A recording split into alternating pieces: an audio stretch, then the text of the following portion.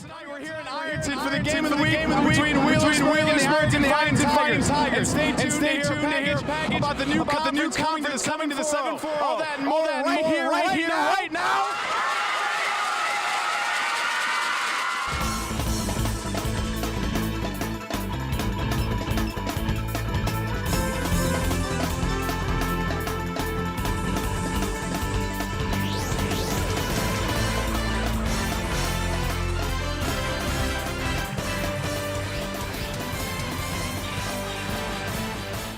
Hello and welcome to the very first episode of Gridiron Glory, Season 24. I'm your host, Grayson Wolf, and I'll be the captain of this ship, directing us through the treacherous waters of Southeast Ohio football. Tonight we start with week one. Hope springs anew for each team we'll be covering this season. Some teams are looking to build on incredible seasons from a year ago. Some are looking for young talent to step up for storied programs. And some they're just trying to win more games this year than last. One thing is certain, however, the boys of fall will impact each community in these 10 weeks and beyond, like they have before, like they always will. So let's get right into it. But before we get into any of the action, let's recap Media Day. Last weekend, we invited the 7-4's biggest stars for the first time since 2019. Ohio University Center was bustling with the best players and best coaches in Southeast Ohio. Here are the sights and sounds from Gridiron Glory Media Day. Gridiron Glory 30 area teams on August 13th for Media Day. Each team was represented by a coach and up to 4 players. The athletes had headshots taken. There was no shortage of goofy photos, some team pictures, and even the coaches came in to smile pretty. There was a shaved head bet between Unioto, Zane Trace, and Paint Valley for worst team at the end of the year. The coaches joined up in studio for a coaches roundtable hosted by myself and Cam Nutt, while the players answered some interview questions from our reporters. And at the end of the day, everyone tested their knowledge of 7-4 football with Gridiron Glory Trivia, hosted by Tim Hanna. The Gridiron staff enjoyed every second of this event and look forward to next year. Media Day was an absolute blast, and there were so many great moments. So be sure to be on the lookout for even more content from Media Day coming soon. So enough with the fanfare, let's get into some games. First up on our slate is a historic cross-division Tri-Valley Conference rivalry between two schools that are just 15 minutes apart. For that, we welcome on OVC lead reporter Cameron Nutt to take us through the action. Thanks, Grayson. The Tomcats and the Buckeyes have been battling out on the gridiron since the year 1970. And after all these years, there's still no love lost between these Athens County rivals. We take you out to Gloucester Memorial Stadium for some future Tomcats who are fired up. And it was a defensive slugfest early. First quarter, Cole Wright breaks through the line and sacks Mekhi Williams, and NY would be forced to punt. On the ensuing Trimble drive, they gave it to Xavier Cunningham on the counter. Check out this move to drop the would-be tackler and extend the drive. We might see that one later in the show. But the NY defense wouldn't budge. They make the stop on the quarterback sneak to complete a goal line stand and keep the game scoreless. Later in the second quarter, the Buckeyes would take advantage. Gavin Richards takes the handoff on the sweep, gets a block, and takes it all 60 yards to the house. Touchdown, Buckeyes. NY takes a 6-0 lead into the half. In the second half, though, the Tomcats came out swinging. Opening drive, Burdette keeps it on the bootleg and finds Luke Osborne, putting his team in striking distance. A few plays later, Cunningham again, right up the gut for the touchdown to tie the game at 6. Owen Sikorsky would score a touchdown of his own in Trimble's next drive, and the Tomcats would hang on to win a classic, bringing the first National Bank trophy to Gloucester by a final score of 14-12. Wow, Cam, so Trimble squeaks away with the 2-point win. Holding NY to 12 points is no easy task. How'd the Tomcat defense do it? Well, it's a tall task to contain a great quarterback like Mekhi Williams, but the Tomcats D was able to limit his production. They held Williams to just 15 yards passing and 42 yards rushing. We saw a lot of running plays in that highlight call, and this game was like that for both teams. Both of these teams pride themselves on their ability to run the football, and that pride was certainly evident in this one. The Tomcats O-line was able to move the line of scrimmage all night long. This allowed Trimble's backfield of Max Frank and Xavier Cunningham and Walker Stone to rush for a combined 231 yards and 2 touchdowns. On the other side, NY's Gavin Richards ran his butt off. You saw the long touchdown run. He had 145 all-purpose yards and both touchdowns, keeping the Buckeyes in it until the end. The Buckeyes had the early lead. It was 6-0, and then Trimble outscored them in the second half. Was there a specific turning point in this game? Grayson, the Tomcats flipped the game on its head after the second half kickoff. They came out of the locker room with a vengeance, scoring on back-to-back possessions to start the frame. The Buckeyes were able to answer with a score of their own late in the fourth, but Trimble's defense held strong on the ensuing 2-point attempt. Their running game took business from there. Phil Fair's squad was able to get the necessary first downs in order to milk the clock and come away with a 2-point victory. Huge win for Trimble. Excited to see if they can keep that rolling the rest of the way. And Cam, I heard you have some content cooking for midweek. Is that true? That's right, Grayson. If you can't get enough of these Southeast Ohio matchups like this one, we've got you covered. This season, we're bringing you brand new content on social media to get you ready for the week's action. Our new pregame huddle can be found on WOUB YouTube channel as well as our Twitter and Facebook accounts. Every week, I'll talk to our talented reporters to preview all the games you'll see highlighted on the show. Additionally, Grayson and I will be breaking down the game of the week so that you know exactly what to expect from your teams on Friday night. Pre-game huddle debuted this week, and we'll hope to see you this Thursday as we look forward to seeing all the action set to take place in week 2. Make sure to follow all Gridiron Glory social medias to be the first to see pre-game huddle each week, as well as all the games our reporters were at but didn't end up on the show tonight. Video recaps will be posted to Twitter and Facebook, and written content will be on WOUB.org. Now let's pivot to the MVL Big Division champs from a year ago, the Sheridan Generals. The Generals finished 9-1 in the regular season in 2022 and are looking to start off on the right foot.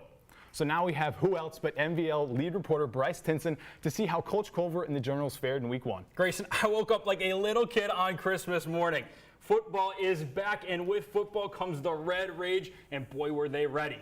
And so were the Sheridan faithful. Generals' first drive, third down in the red zone, but no one touches Evan Lord. He makes them pay, sacking Caden Sheridan and forcing a General punt. The next General drive, Justin Munyon gets the handoff, little sidestep, put that head down and put the arms in the air. Generals on the board first. LV responds 2 drives later. 9th play of the drive, Trent Marcus reaches for the goal line. Did he get there? Ref says he did. Tie ball game. 2:30 left in the first half means it's time to air it out. Sheridan, quick drop. He's going to hit A.J. Winters in the chest. He's a shoelace tackle from scoring. A few plays later, he's got to get his. Winters shakes his man at the line. Money. It's Winters' world, and we're all just living in it. 14-7 Sheridan with 58 seconds left in the first. Now, you think this one might be over, but you're wrong. You cannot let Jacob Wheeler get behind your defense. 56 yards later, and the Panthers have a shot to tie this game before the break. And Wheeler wanted his as well. He got it. Very nice play, wide open, put 6 on the board. It's a costly mistake for Sheridan before the half, but they would have some deja vu as they blanked the Panthers in the second half for the second straight year, winning 33-14. So great win for the Generals, don't get me wrong, but they're at the end of the half. Take us back to that last drive. That could have been a momentum killer. What happened? Yeah, Grayson, it was kind of the theme for this defense all game long. They're returning just 3 starters on this defensive side of the ball, so they're young and they're green. And really, it was the pass defense that struggled, not so much the run defense. They were great, really a brick wall outside of one run. It really comes down to a lack of pass rush up front and miscommunications on the back end when you do talk about that pass defense. You know, this was something that Sheridan dealt with early last year, and they figured that out by this season's end. So I feel pretty confident, especially with the way they finished this game against Licking Valley. Yeah, offensively, through the air, we saw that connection between Winters and Sheridan. We saw him drop it right in the bread basket there. Talk about that special connection. Yeah, you're not wrong about that special connection. There was some inconsistency, though. You saw a few of those passes. They weren't pretty. But that 2-minute drill before the half showed the kind of potential this passing game has. Coach brought up Winters as possibly the best playmaker on this team. And I saw why tonight. The kid's got great hands and a knack for getting open. So we were talking about this game earlier in the week, and you mentioned that Sheridan was replacing 4 starters on the O-line. How did those new guys look tonight? Well, Cole Davis is the only holdover from that line last year, and you could tell early on. Now, you just saw a play where the Panthers had that sack early on in the red zone. Now, they disguised a nickel blitz there, and no one really picked it up. What should have happened there should have been a slide protection right. Either the running back or the offensive tackle should have moved over there. Now, Caden Sheridan, the quarterback, he saw the blitz, but his receiver didn't, so there was miscommunication situation there. He wanted a hot route. He didn't get one. He had to eat it. In the end, that play cost the Generals 3 points, and you can't get those 3 points back. Luckily, they were able to win by a large margin in the end, and so it didn't really matter. This is just the first step for that young Generals team. Next week, they got a big chance to get some revenge against a Watkins Memorial team that upset them in Week 2 last year, so I know they're looking forward to that. Yeah, that game is definitely one to watch. Thanks so much for the great work, Bryce. Now we move to our first of 2 state runner-ups that we'll see tonight. The Bloom Carroll Bulldogs made the trip to Canton last December, but they're seeking to get that bad taste of that loss out of their mouth. Reporter Maria Manessi has the story. Thanks, Grayson. I stopped by at Bloom Carroll practice to talk with them about how they're preparing to try and get back to the state title game. Bloom Carroll saw immense success last season by winning 14 straight games, including a 7-0 conference record, earning themselves the MSL Buckeye title. The Bulldogs went all the way to Canton before losing to Canfield in the program's first ever state title game. It's definitely fueled the fire for sure, and I'd say everybody else will say the same. The Bulldogs lost 18 seniors, including 5 of their 6 starting offensive linemen, who were a crucial part of their success running the football. One returner is Jaden Ball, a dominant force on the front line who has been a leader all summer. We have to rely on the younger guys, but this offseason I've helped work with them and get them where they need to be for this season. We've been working with them on meshing and timing and everything, but once they get their blocks down and their play time and everything right, we should be perfectly fine. Dylan Armitrout looks to follow up his big season last year, where he broke a 32-year-old school single-season rushing record by totaling 2,178 yards. The Central District Division III Offensive Player of the Year and first-team All-Ohio running back continues to be a key contributor for the Bulldogs offense. With a new season underway, the team is ready to get back to the state title game. 2 years before making it to the Final Four, that still motivates you, but making it all the way to the state championship game and losing that game, it's tough to go all the way there and lose it. We've just been working really hard, making sure that we all know our goal, which is to get back to the state championship, and just doing stuff every day to get there. This year I think we have the guys, we're returning our whole secondary, but the new linebackers and linemen, I think we'll be perfectly fine, and I think we can make another run to the state championship and hopefully win it this year. Tonight, Bloom Carroll had their first tough test of the season against Harvest Prep, a team they lost to Week 1 in 2022. And the Bulldogs look to get revenge and start out strong. On the opening kickoff, a muffed punt from the Bulldogs was quickly recovered by the Warriors. Harvest Prep took advantage with Desmond Porter taking control with a 4-run to the house. After a block extra point, Harvest Prep took a 6-0 lead early. The Bulldogs moved down the field, and Trayton McKee later got them on the board with a 40-yard field goal, cutting the deficit 6-3. But Porter came back again and couldn't be stopped. This time he connected with Elijah Brown, who took it right to the end zone to extend Harvest Prep's lead 14-3. Bloom Carroll tried to come back, but couldn't get anything going on offense as it went into the half trailing 14-3. Porter went on to score his second touchdown of the game to extend the Warriors' lead 22-3. Bloom Carroll found some light in the second half, but Harvest Prep proved to be too much as they fell 38-16. Maria, so tough loss for Bloom Carroll to start the season. We saw some issues there in that highlight call. What do you think was the biggest issue for the Bulldogs? On defense, it was one man, Desmond Porter. Porter's ability to run around the Bulldogs hurt them. That paired with little mistakes were a problem all night. Stopping the run was one of the things the Bulldogs did best last year, and they lacked that tonight. It seemed like the Bulldogs struggled on offense as well. What wasn't working for them? The offense wasn't able to get in a groove at the beginning of the game. It seems like every time they tried to make plays, they were quickly shut down, and running the ball was a problem. Ethan Thanavong did find some hands downfield with a couple deep touchdowns, which was a positive. So how's the outlook for the rest of the season for Bloom Carroll, even though they're starting 0-1? The Bulldogs will now prepare for another tough test in Week 2 at home against Bishop Hartley. We saw them quickly bounce back after their Week 1 loss last year, and it will be important for them to fill gaps in order for them to see success moving forward. Yeah, Maria, it'd be interesting to see what young players step up for Bloom Carroll in their next few games in non-conference play and then into MSL play. Thanks for the great work. You guys didn't have much luck picking the Bloom Carroll Harvest Prep game, as 70% of you had the Bulldogs over the Warriors. Make sure to cast your vote for the games we'll see on Friday, each week on Thursday evening on our Instagram. You, the fans, struggled with that one, but did you nail this classic rivalry between Adina and McLean? It was a close battle. Let's find out who won this year's battle between the Tigers and Warriors.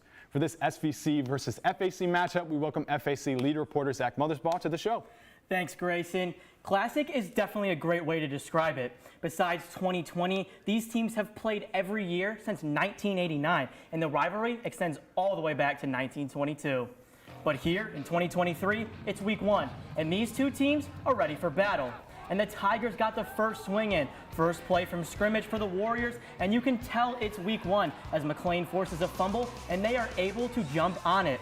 They pretty much gets the jitters out of the Tigers. They take full advantage of the short field position with a quick Andrew Potts touchdown, and I'm gonna need you to remember that name. After that, it was a bit of a defensive showdown. Both teams struggled to move the football on the ground, and it's because of plays like this. That is a DB, people. It may have taken a bit, but now, early in the second quarter, and it's Potts again. Another short touchdown run by Potts puts McLean up 2 scores. Then, after a turnover on downs and a missed field goal, he's back. A hat trick for Potts on this toss, and McLean has completely taken over the game. Then, just for good measure, Potts shows up on the defensive side and absolutely sticks the Adena receiver near the end of the first half. After that, it was smooth sailing for the Tigers. A late first half touchdown would put them up 28, and they'd go into cruise control for a 41-23 win to start their offseason hot before a matchup with Northwest. So it's one thing to start the season with a win, but man, McLean was decisive in that win. And like you said, these two teams play each other each year. So did you see any extra toughness between these two rivals? Absolutely, I did. I showed you those 2 hard hits a little bit earlier, and we're going to watch them again just for good measure. And we saw that all night. And you know, this is kind of a litmus test for these two teams coming into week 1. You want to take week 1 so that you have good momentum going into the rest of the season. So you're going to play physical and you're going to play aggressive. And when you've seen that team all the time, you're going to play even more aggressive. So Andrew Potts, we heard his name the entire time in that highlight call. Rushed for 114 yards and 4 touchdowns.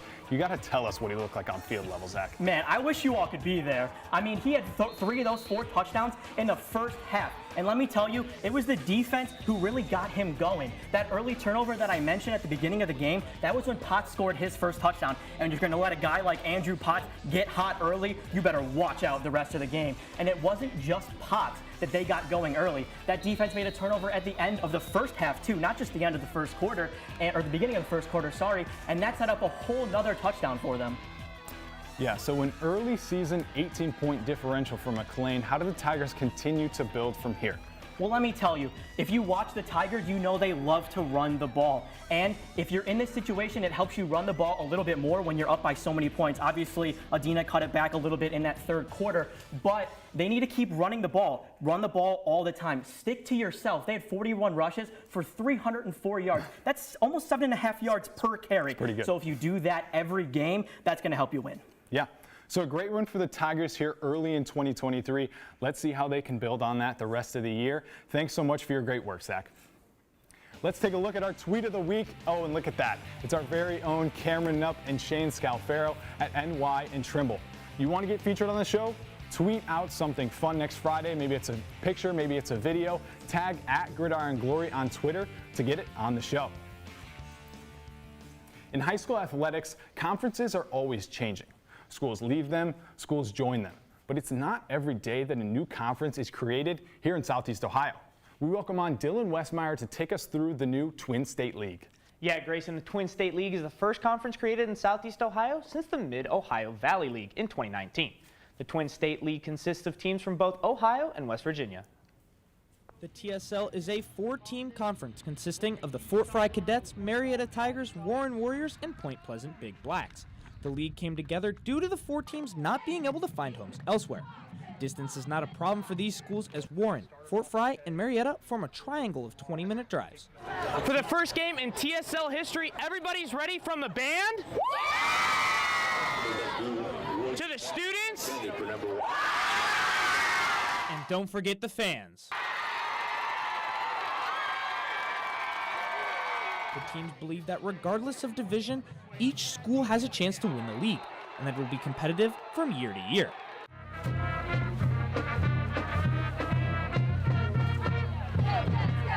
Fans of the TSL should look forward to this upcoming season.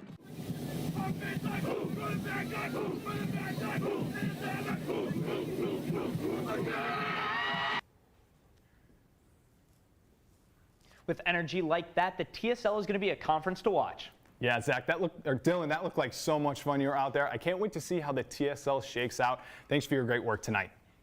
When you think of high school football, you think a lot about great players, great coaches, great games, and great moments. But one thing that often gets overlooked is the great atmospheres that these games produce. Whether it's the student sections, marching bands, or even the moms screaming their heads off and shaking their noisemakers, fans are what make these games so special. So I set out to our Game of the Week in Ironton to find our Gridiron Glory Week 1 Fan of the Week. What's your name? Marty. Marty, you go to school here at Ironton? Yes, I do. Do you know any players on the team? I know a $1 Million Marching Band member. Oh yeah, is it one of your siblings? My cousin. I love it. I was in the marching band in high school as well, so I got a soft spot for them. All right, so we have a little girl, we don't know her name yet, who is clamoring for me to come over for an interview. What's your name? Carly. Carly, are you Ironton's #1 fan? Yeah! If anyone wants to know, I'm Ironton's #1 biggest fan, and the word is beat the bird. Ironton's gonna That's win. right. That's right. The word here at Ironton is beat the bird. TV? Say that again? Are we on TV? Maybe. Hey, listen up. If you don't believe in yourself, just believe in yourself. You need confidence. You're gonna do so good in school. If you were to do one thing to prove to me that you're the #1 Wheelersburg fan, what would you do? Nothing. Well, all right, I'm back with Marty. The choice was very clear. He is Ironton's #1 fan. So we're going to award him here with a Gridiron Glory Media Day towel because he is our Week 1 Fan of the Week. Thank you so much, guys. Who's your guys' favorite player? Wait, on this Ironton team? Yeah. I have no clue. All right, Mine is 24. do you know his name? No. We had one fan of the week, but there's a change of plans. We're going to have multiple. Carly, you are our second fan of the week. There's a Gridiron Glory Media Day towel. Congratulations. Thank you. What's the word? Beat the bird. 10 push-ups for the towel. 1, 2, 3, 4, 5, 6, 7, 8, 9, 10. There it is. What's your name? What's your name? Demir. Congratulations. Fan of the week number 3, 10 push-ups. 10 push-ups. What's the word again? Beat the bird. Man, I had a great time out there with the Fighting Tiger faithful. As the season rolls on, keep an eye out at our Games of the Week for my black polo. Because who knows, if you stay loud, stay proud, and maybe bring me some snacks, you could be the next fan of the week. Now, I had a lot of fun off the field, but everyone there wanted to see what went down on the field. And for that breakdown of our Game of the Week, we welcome SOC lead reporter Aiden Crowley in studio. Yeah, thanks, Grayson. Marty's going to be pretty tough to beat, to be honest with you. But my excitement for this Week 1 matchup has to be pretty close. It's the 35th installment of this Clash of the Titans, and this is the type of game where I need to get out of the way and let the play on the field speak for itself. So let's do it. This was obviously must-see TV in Ironton as the Wheelersburg Pirates come in looking for revenge against the Ironton Fighting Tigers to kick off the 2023 campaign. Berg, on their first drive, is deep in the red zone, but sophomore quarterback Braylon Rucker's pass is picked off by Braden Schreck, who says, "Not in my swamp, Ironton ball." And you can't make those mistakes against these Fighting Tigers. Wide receiver Sean Terry, on the next drive, takes the end around, and once he gets into open space, you are not catching him. 80 yards to the house, and just like that, it's 7-0 Ironton early. They continue to pour it on in the first. Running back Zane Williams bounces one to the outside to give the Fighting Tigers a 2-score lead, and even get some fans involved there with a little gift. It felt like the Pirates were dead in the water until this forced fumble brought some life into that sideline, and Rutgers, you knew he was looking for a bounce back, and he got one in a big way on this next play. He's going to utilize his legs, he's going to roll out to the right, and he's going to drop a dime to his man Devin Lattimore. 14-7 Ironton. I spoiled it, Grayson, because unfortunately for the Pirates, turnovers proved costly as they dropped game 1 17-14 to a loaded Ironton squad. Man, so it sounds like this game lived up to the hype. Let's break it down a little further. What held Wheelersburg back from making the comeback? Yeah, Grayson, unfortunately, it was pretty obvious for the Pirates. It was red zone turnovers. This is a stingy Ironton defense, so you don't know how many times you're going to be inside the 20s. You need to come away with points, and unfortunately, they just weren't able to do so. Like here, that's their cornerback, Landon Hutchinson, throwing this ball. They were trying to get tricky. It didn't work. It's a big gamble, but you have to value the football in these games. Yeah, both Ironton and Wheelersburg started new quarterbacks tonight. Big story coming in, how they look in their debuts. Yeah, first, I guess we'll start with Braylon Rucker. I think he'll open up the playbook for Wheelersburg. He utilizes his legs great. He extends plays, finds open people, and they even had a designed run for him. So watch out for a new wrinkle in this Wheelersburg offense we're not used to seeing. And for Ironton, it was Bailey Thacker, and he has a cannon. He showed it a couple times with some deep vertical plays. He didn't really need to do that tonight because the offensive line was that dominant, but watch out for Ironton to stretch the field vertically this season.